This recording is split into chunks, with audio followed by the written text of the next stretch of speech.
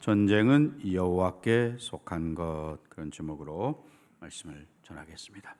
옆에 계신 분들 축복할까요? 말씀에 은혜 받으세요. 네, 오늘 6월 마지막 주이면서 6월 25일 주일이 되겠습니다. 한국 전쟁이라는 6.25 전쟁 또는 한국 전쟁이라고 부르죠. 그때가 50년 6월 25일 새벽 4시에 발발했으니까 오늘 같은 이렇게 주일날이라는 거 기억합니다. 38선 전역에서 이렇게 불법으로 남침함으로 전쟁이 시작되었죠. 그런 점에서는 침략 전쟁이고 또 공산주의와 자유민주주의 간의 이념 전쟁도 되는 것이죠. 우리가 요즘에 러시아와 우크라이나 전쟁에 대한 소식을 TV를 통해서 이렇게 봅니다. 그분들은 굉장히 심각하게 전쟁을 하는데 우리는 마치 게임을 보듯이 이렇게 TV로 지켜보는 그런 모습인데요.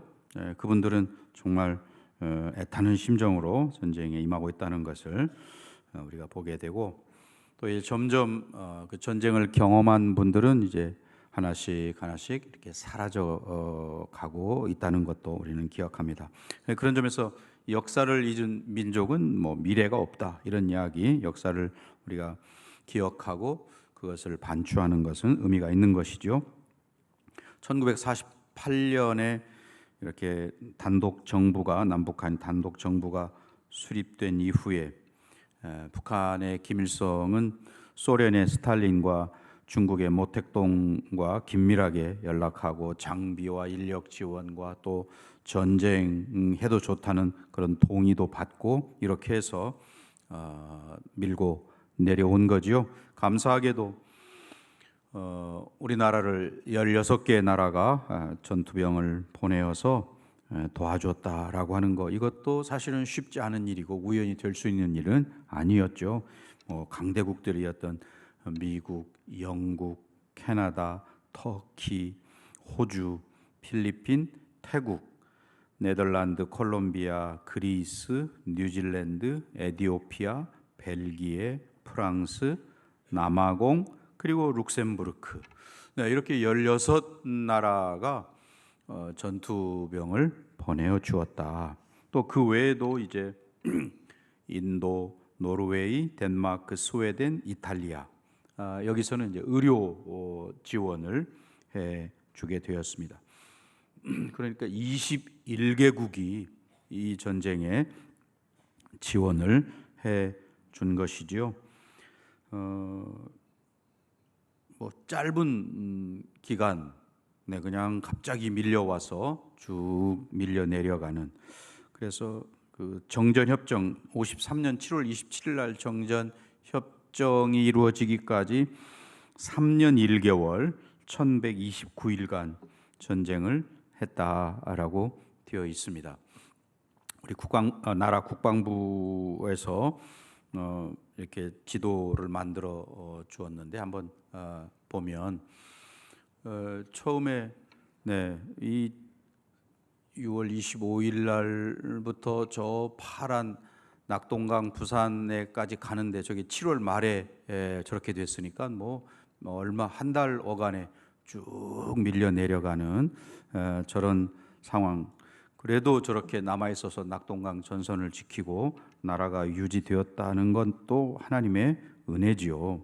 또 9월 15일 날 이제 인천 상륙 작전이 이루어져서 서울이 9월 28일 날 수복이 되고 또 쭉 밀고 올라갔는데 거기서 50년 10월 25일 날 중공군이 개입을 하게 됐고, 그래서 이제 일사후퇴가 이루어지고 51년 7월 10일부터 사실은 휴전에 대한 회담이 51년 10월, 그러니까 전쟁이 일어난 지 한 1년 조금 지나서부터 회담이 시작이 됐는데 지지부진하다가 드디어 53년 7월 27일 날 휴전이 되었다라는 것이죠.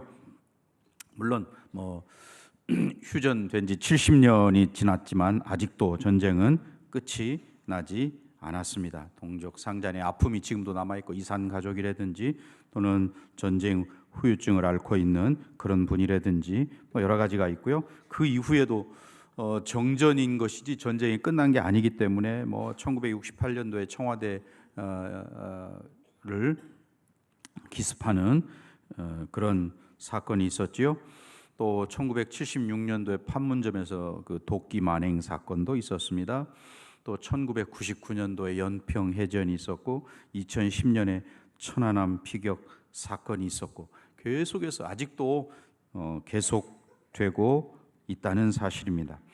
이 조그만 나라에서 전쟁 동안에 민간인이 99만 명이 죽었다고 되어 있고 군인은 25만 6천 명, 경찰이 18,500명, 유엔군이 15만 2천 명 이렇게 희생을 당하는, 그리고 뭐 부상당하거나 행방불명된 사람도 거기다가 60만을 더하는 이런 큰 전쟁이었습니다.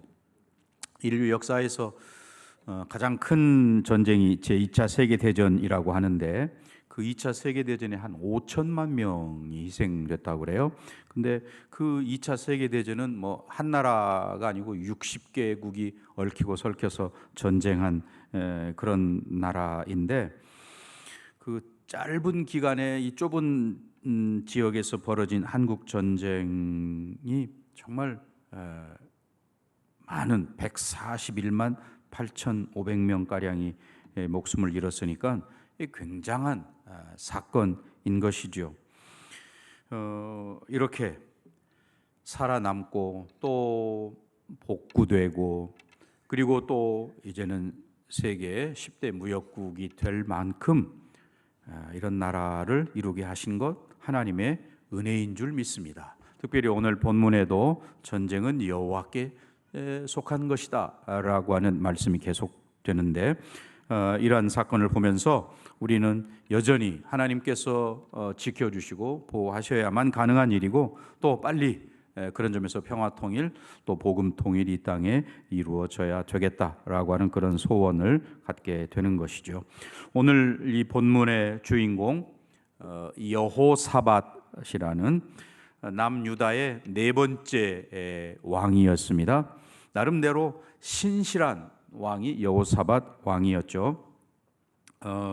이 역대상하를 쓴 사람 저자가 에스라라고 이렇게 정설로 되어 있는데 에스라가 여기에서 히스기야, 요시야 그리고 여호사밧 이 세 왕이 하나님 앞에서 신실한 왕으로 이렇게 기록을 합니다.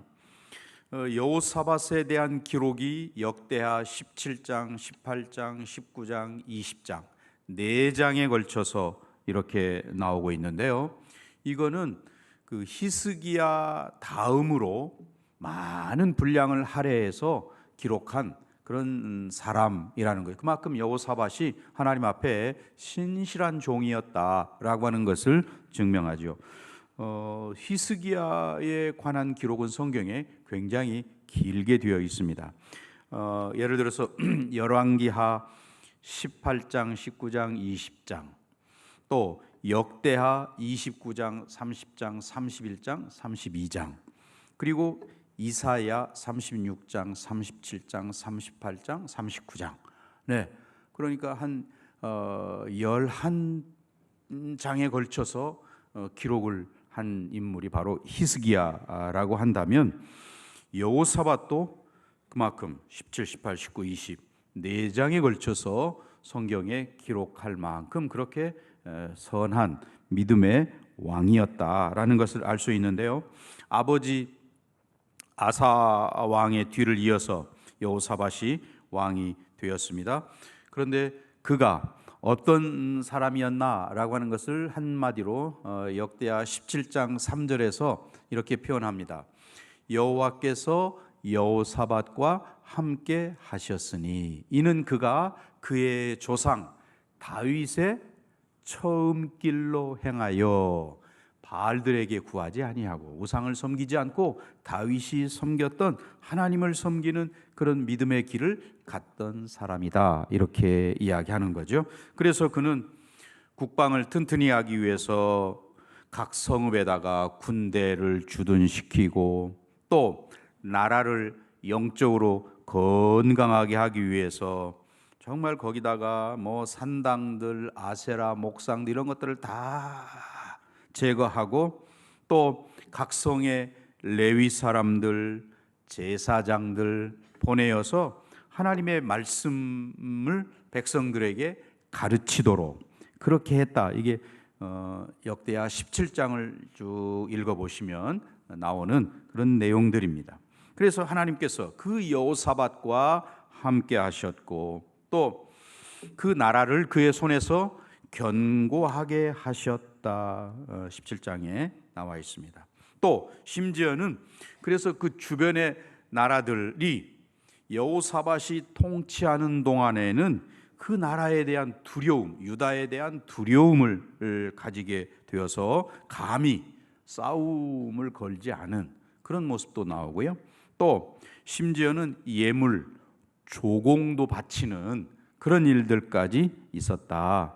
역대하 17장 11절에서 그렇게 기록하고 있습니다. 물론 그런 여호사밧도 하나님 보시기에 완벽하지 못한 그런 모습을 가지고 있습니다. 북왕국 아합 왕과 그 가문과 혼인을 맺는 그런 일이 있었습니다. 18장 1절에 나오죠. 혼인을 북이스라엘의 왕이었던 그 아합 왕과 이세벨, 얼마나 악한 왕이었습니까? 그런데 거기하고 혼인을 맺어서 사돈관계를 맺게 되어서 그 아합이 이제 아람과 전쟁할 때에 사돈 우리도 같이 연합해서 전쟁합시다 이렇게 하니까 뭐 할 수 없이 전쟁에 나가게 되었습니다. 그런데 그 하나님의 뜻에 불순종한 전쟁이었기 때문에 아주 대군을 이끌고 갔어도 대패했다. 이게 18장에 쭉 읽어보면 나옵니다. 미가야 선지자가 이건 하나님의 뜻이 아니라 하면 안 된다 이렇게 만류하는 게 나오죠. 하지만 전쟁에 나가게 됐고 아합은 그 전투에서, 아합 왕은 전투에서 죽게 됩니다. 그것이 이 여호사밧의 좀 실수였고 또 하나 그가 그 북이스라엘 왕 아하시야하고 이렇게 교제하면서 그 아하시야도 악한 왕인데 그와 함께 이제 배를 만들어서 무역선이겠죠. 큰 무역을 하려고 두 나라가 합작으로 배를 만들어서 다시스로 보내려고 했었습니다. 엘리에셀이라는 선지자가 그런 이야기합니다. 20장에 있기 때문에 한번 읽어볼 수 있습니다. 내려가서 37절을 읽어보겠습니다. 마레사 사람 도다야후의 아들 엘리에셀이 여호사밧을 향하여 예언하여 이르되 왕이 아시아와 교제함으로 여호와께서 왕이 지은 것들을 파하시리라 하더니 이에 그 배들이 부서져서 다시스로 가지 못하였더라. 다시스로 무역선을 보내어서 좀 큰 돈을 벌어보려고 두 나라가 합작을 했는데 하나님께서 싫어하시는 그 악한 왕이었던 아시아와 교제하고 그와 손잡고 했던 일이기 때문에 결국은 이 일이 성사되지 못하고 좌초되고 말았다라는 것입니다. 자, 그런 여호사밧, 그가 이제 정말 그렇게 하나님 앞에서 선한 왕이었고 하나님 마음에 맞는 그런 왕이었는데 그의 집권 후반기에 모압과 암몬 그리고 마온 이런 나라들이 연합군을 이루어서 이제 유다를 침공하게 되는 소위 그 전쟁이 일어나게 된 것이지요. 큰 전쟁을 앞에 둔 여호사밧이기 때문에 여호사밧은 마음이 편할 리가 없죠. 그의 상태를 이야기하는 게 20장 3절입니다. 20장 3절에 보면 여호사밧이 뭐 했습니까? 두려워하여 여호와께로 낯을 향하여 간구하고 온 유다 백성에게 금식하라 공포하매. 네, 암몬이 연합군을 형성해서 쳐들어왔다. 거기에 비해서, 그 연합군에 비해서 유다는 아주 연약한 그런 모습이죠. 네. 그래서 여호사밧은 하나님께 나아가서 기도했고 백성들은 함께 금식하며 여호와께 간구했다. 4절에 나옵니다. 사실은 생각지도 않은 전쟁인 것이죠. 갑작스럽게 위기가 닥쳐왔다. 그래서 이런 위기 앞에 여호사밧과 온 유다 백성들은 함께 모여서 기도했다라는 것입니다. 이 전투, 이 전쟁의 모습, 하나님께서 개입하시고 일하시는 것을 이 20장을 쭉 처음부터 1절부터 계속해서 37절까지 읽어보면 마치 이것은 예배 드리는 거와 같구나 하는 것을 발견하게 됩니다. 1절부터 끝까지 읽어보시면 하나님께 기도하고 찬양하고 말씀을 선포하고 이런 것들을 보면 이건 마치 예배와 같구나. 오늘 본문의 말씀 14절 15절인데요 제가 14절, 여러분이 15절 말씀을 읽으시겠습니다. 여호와의 영이 회중 가운데에서 레위 사람 야하시엘에게 임하셨으니 그는 아삽 자손 마따냐의 현손이요 여이엘의 증손이요 분하야의 손자요 스가랴의 아들이더라.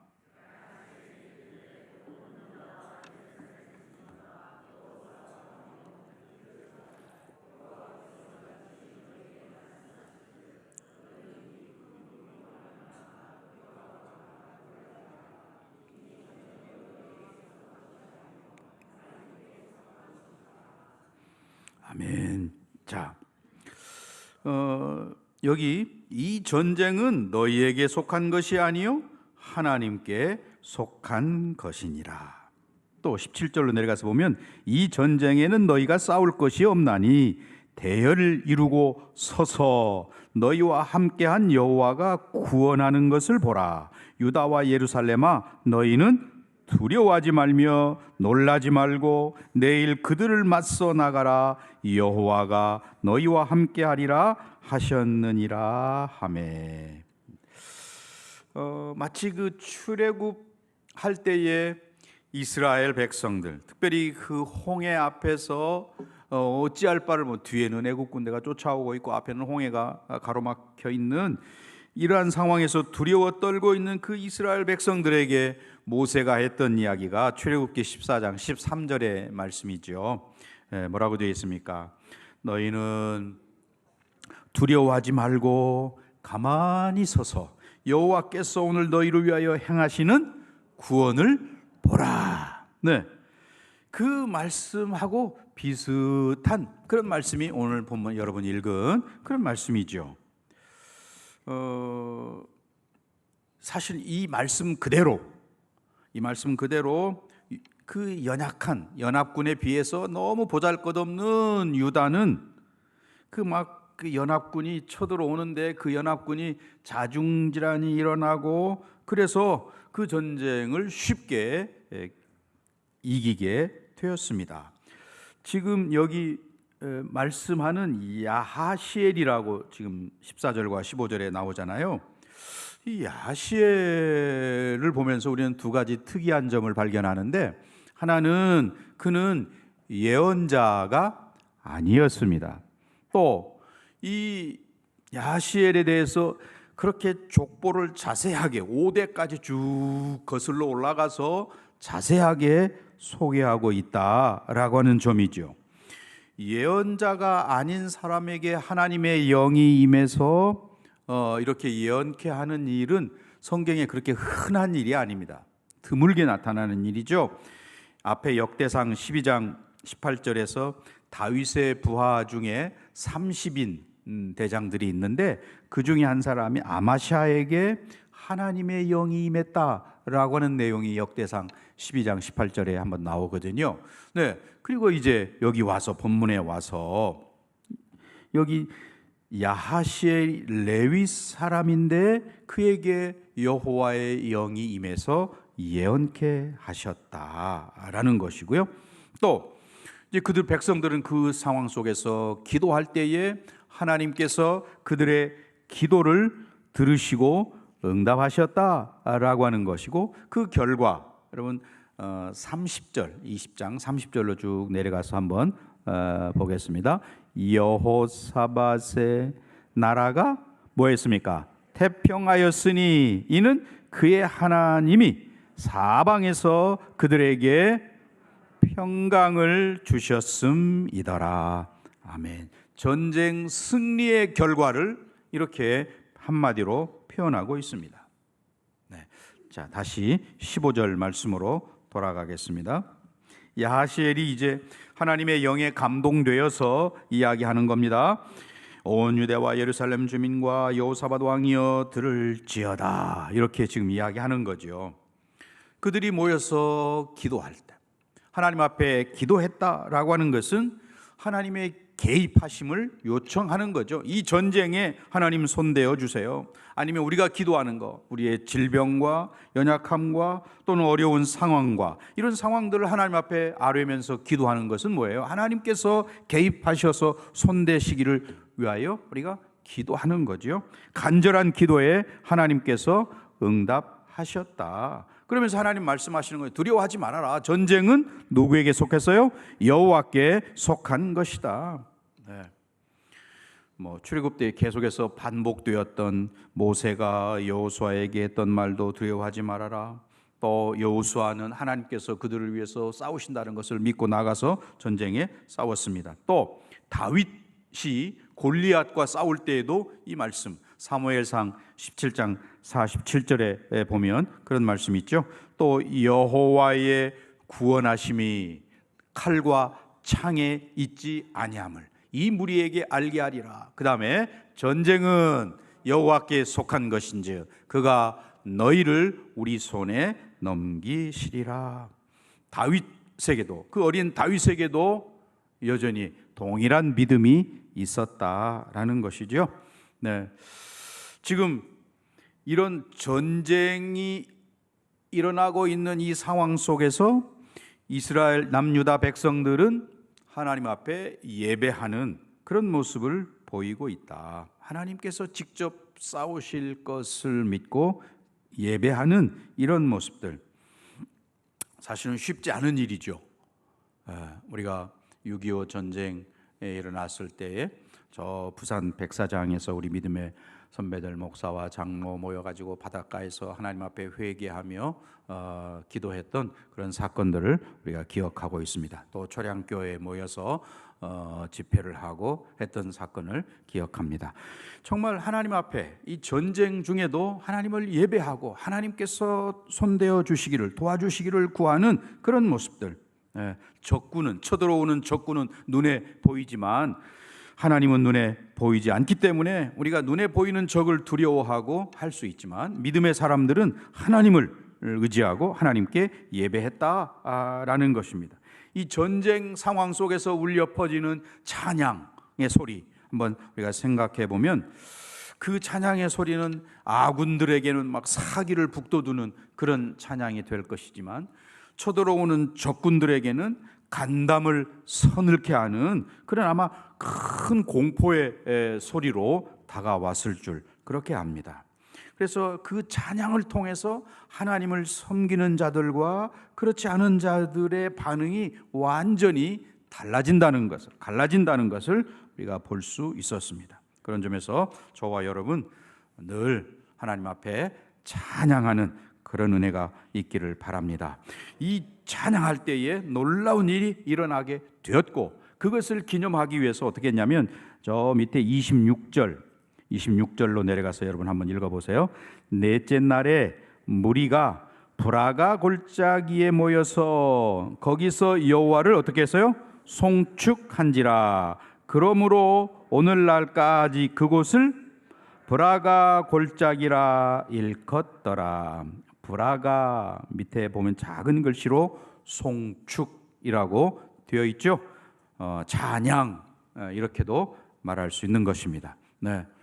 그들이 전쟁 후에 찬송을 드리고 그곳 이름을 브라가라 이렇게 했다는 이야기입니다. 하나님께서 직접 개입하시는 전쟁, 어쩌면 6.25 전쟁도 그런 하나님이 역사가 아니고는 설명이 안 되는 거죠. 그 얼마 남지 않은 낙동강 전선과 또 유엔군이 그렇게 빨리 개입해서 전쟁에 참여하게 된 것, 그것도 16개 나라가 참여하게 된 것, 이것도 기적 같은 일이죠. 한국이 어디 있는지도 모르는 그런 상황이었는데 한국을 도왔다라고 하는 거, 이거는 하나님의 일하심, 하나님의 개입이 아니고는 설명이 되지 않는 일이죠. 네, 그런 점에서 오늘 우리는 이 여호사밧의 모습을 보면서 교훈을 얻습니다. 그가 전심으로 하나님을 찾는 자였구나. 또 그가 말씀을 따라서 행하는 말씀의 사람이었다. 그래서 하나님께서 그를 축복하시고 그의 나라를 강대케 하셨구나라고 하는 것을 우리가 보게 되는 것이죠. 예, 하나님을 전적으로 의지하고 하나님께 매달려 간구하는 그러한 여호사밧과 백성들에게 전쟁은 너희들이 하는 거 아니야. 여호와께 달려 있다. 하나님이 주관하신다. 하나님이 일하신다. 우리가 하나님 전투하시는 하나님이라고도 부르잖아요. 야훼 츠바오트, 전투하시는 하나님, 일하시는 하나님, 전투하시는 하나님이시다. 이렇게 이야기하는데 전쟁에 능하신 하나님, 이런 표현도 쓰지요. 그 하나님께서 이렇게 지금 여호사밧을 도와서 그 백성들이 승리하도록 이렇게 하셨다라고 하는 것을 보면서 오늘 우리는 여호와가 너희와 함께하리라 라고 하는 약속의 말씀, 저 17절 맨 마지막에 되어 있죠. 17절 다시 보시면 이 전쟁에는 너희가 싸울 것이 없나니 대열을 이루고 서서 너희와 함께한 여호와가 구원하는 것을 보라. 서서 봐라. 너희는 그저 서서 보기만 하면 된다. 유다와 예루살렘아, 너희는 두려워하지 말며 놀라지 말고 내일 그들을 맞서 나가라. 여호와가 너희와 함께하리라 하셨느니라. 아멘. 그렇습니다. 우리 대한민국 하나님께서 함께 하시고 또 우리 성실교회 하나님이 함께 하신다면, 또 저와 여러분의 개개인의 삶을 하나님이 함께 하신다면 이와 같은 승리가 보장되어 있는 것이지요. 십자가에서 죽으시기까지 우리를 사랑하시고 구원하셨던 하나님, 또 지금도 보혜사 성령을 우리 가운데 보내셔서 함께 동행하시는 그 하나님의 은혜가 우리를 지키고 내 자녀 손들을 지켜주시기를, 또 이 나라 이 민족을 지켜주시기를 우리가 기도하고 하나님께 맡겨드려야 될 줄로 믿습니다. 내가 가진 힘만으로는 지킬 수가 없는 거죠. 그래서 강대국들도 나라와 나라끼리 뭘 맺습니까? 동맹을 맺잖아요. 네, 이번에 러시아와 우크라이나 전쟁의 발발 동기도 그런 거 아니겠어요? 저 우크라이나가 겁없이 나토, 유럽 연합, 나토에 가입하려 하는구나. 그러면 러시아 입장에서 보면 턱 밑에 나토군이 와 있는 그런 것이 되기 때문에 그 절대로 안 돼. 너희는 나토에 가입하면 안 된다라고 하는 것 때문에 사실은 이제 침략을 하게 됐잖아요. 유럽이 나토라는 그런 연합체를 만드니까 그 당시 공산 국가에서는 또 뭘 만들었습니까? 바르샤바 조약이라고 하는 조약 기구라고 하는 WTO라고 하는 조약 기구를 만들었습니다. 그러니까 나토에 대항해서 바르샤바 조약 기구를 만든 거죠. 물론 이 바르샤바 조약 기구는 공산주의가 무너지면서 1991년 7월에 완전히 없는 걸로 해체되어 버린 거죠. 해체되고 말았는데 아무튼 그렇게 한미 뭐 방위 조약 이런 거 한국과 미국이 맺잖아요. 그렇게 동맹을 맺어서 돕지 않으면 전쟁이 승리할 수 없다라고 하는 것을 알기 때문에 이렇게 동맹을 맺는데, 그러나 세상의 어떤 나라도 동맹을 맺었다고 해서 안심할 수는 없는 거죠. 대만과 뭐 미국이 동맹을 맺었다 만약에 그럴지라도 사실은 중국이 내려오면 한참 후에야 올 수밖에 없는 뭐 그런 상황 아니겠어요? 그런 점에서 우리는 그런 어떤 사람, 나라를 의지하기보다 주님과 함께하고 하나님과 동맹을 맺는 것이야말로 가장 안전한 그런 동맹이 될 줄로 믿습니다. 오늘 말씀의 전쟁은 여호와께 속한 것이라고 말씀하기 때문에 그 하나님과 관계를 맺고 동맹을 맺어야 가장 안전한 동맹이 진정한 동맹이 되는 것이죠. 우리나라 뭐 주변에 큰 강대국들이 둘러싸여 있고 그 역사의 소용돌이 속에서 물론 지금까지 이 나라 역사가 보존되어 왔다는 것만도 사실은 기적이고 감사한 일이지요. 이렇게 지금도 우리가 존재할 수 있는 남북이 분단된 세계 유일의 분단 국가이긴 하지만 그러나 여전히 존재할 수 있는 것 자체도 하나님의 지키심과 하나님의 은혜인 줄 믿습니다. 그 하나님의 은혜를 우리가 의지하면서 나라와 민족을 위해서 더 기도하는 저와 여러분이 되어야 할 줄 믿습니다. 이제 결론의 말씀을 맺고자 합니다. 우리 한국 교회가 죽음의 위기 앞에서도 신앙을 굳게 지킨 우리 믿음의 선배들을 기억하고 그들의 순교 신앙을 잘 본받아야 할 줄로 믿습니다. 또 동시에 우리는 우리 남전도회가 계속해서 저 통일이 되면 북녘 땅에 예배당을 세우려고 기금을 모으고 준비하고 있는 그런 일도 있죠. 빨리 하나님께서 은혜를 주셔서 저 평화 통일과 복음 통일이 이루어져서 정말 저 북녘 땅에 예배당을 세우고 또 함께 예배하고 하는 그런 날이 속히 도래하기를 위해서 또한 기도해야 될 줄로 믿습니다. 이를 위해서 기도하는 저와 여러분 다 되시기를 주의 이름으로 간절히 부탁을 드립니다.